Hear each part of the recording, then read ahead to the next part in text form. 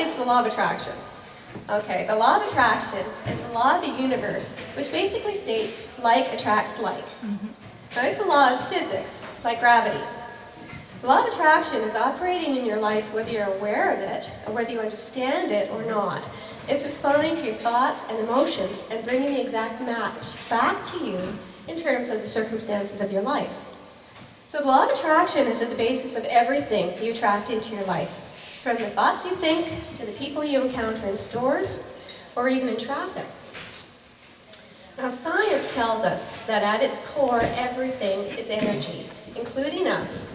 So we are vibrational beings living in a vibrational world.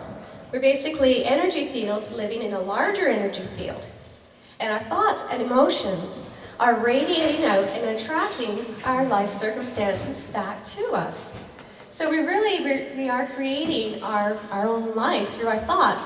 And the more emotion we attach to these thoughts, the quicker we draw it to us.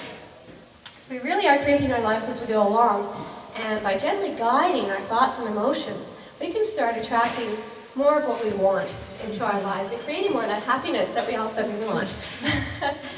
So for me, using the law of attraction has transformed areas of my life that needed it, and it's enhanced areas that I was already happy with. And for me, the most exciting part of law of attraction is that we are creating our lives as we go along.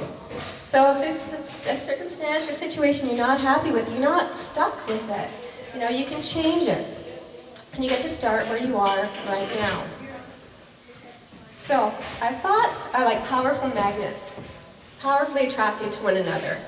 So powerfully that you only have to hold a thought for 16 seconds. And the law of attraction is going to start bringing more thoughts of a similar nature to you.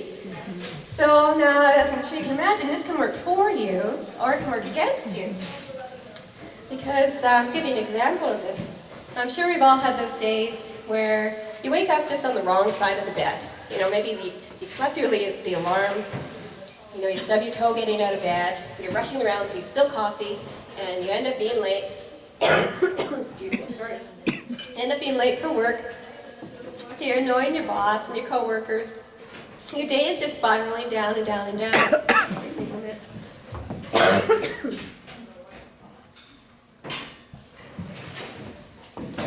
And at the end of the day, you take that bad mood home with you. You end up having a conflict with your spouse or your kids. You know, you're just not having a nice day. And in the end, you wish you never got out of bed in the first place.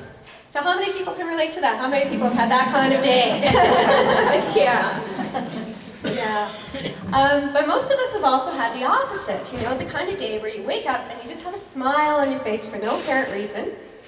And maybe you like the outfit you're laid out to wear, having a good hair day, you know, you get all the green traffic lights and the best parking spot. And if you're going to shopping that day, then everything fits and is on sale.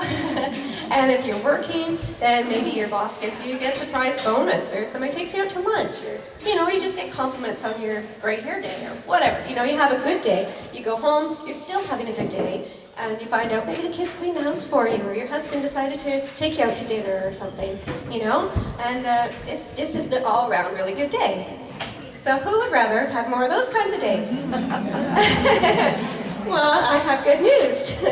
Because you have more control over that than you're probably aware of.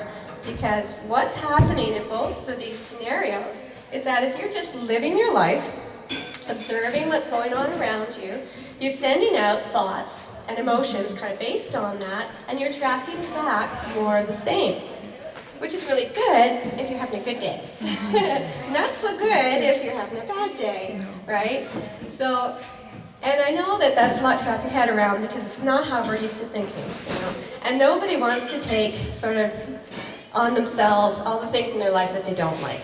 Because it's just a whole lot more comfortable to blame a slow driver ahead of you made you late, or this miserable boss at work for, you know, the miserable time you're having there, or just blaming fate, or even karma, you know, if your life isn't going the way you want. But at the end of one of those, especially those bad days, would you really rather just dismiss it as bad luck and kind of go to sleep, rehashing it all in your head, thereby setting yourself up for more? You know, isn't it more empowering to think that just maybe you've got some control over this. You know, like, what if it's true? You know, what if looking on the bright side of life really does attract more brightness to you? You know, what if feeling good encourages good things to come to you? And what if being afraid something's going to happen is drawing that to you?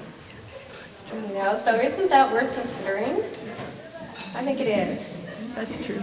So of all the teachers I've studied with, I've been most inspired by Abraham Hicks, Esther and Jerry Hicks. And basically, those teachings in a nutshell. Excuse me, I'm sorry.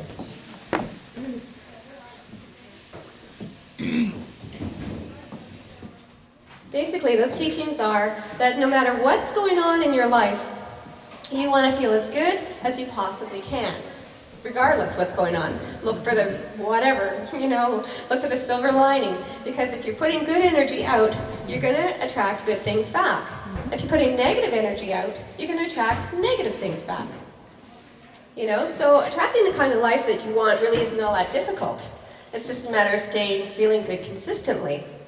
So the way to do that is just to think more good feeling thoughts. So, you know, if you're thinking thoughts that reflect, you know, admiration, you know, you admire something, thoughts of love, thoughts of gratitude, you're going to be putting out really good energy, and you're going to get matching things will come back to you.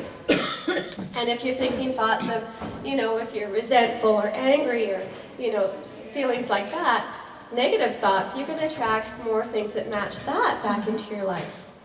You know, so the idea is just to be kind of aware of your emotions, be sensitive to your feelings, and notice when you're slipping into like a sour kind of a mood, and then taking the time to turn it around.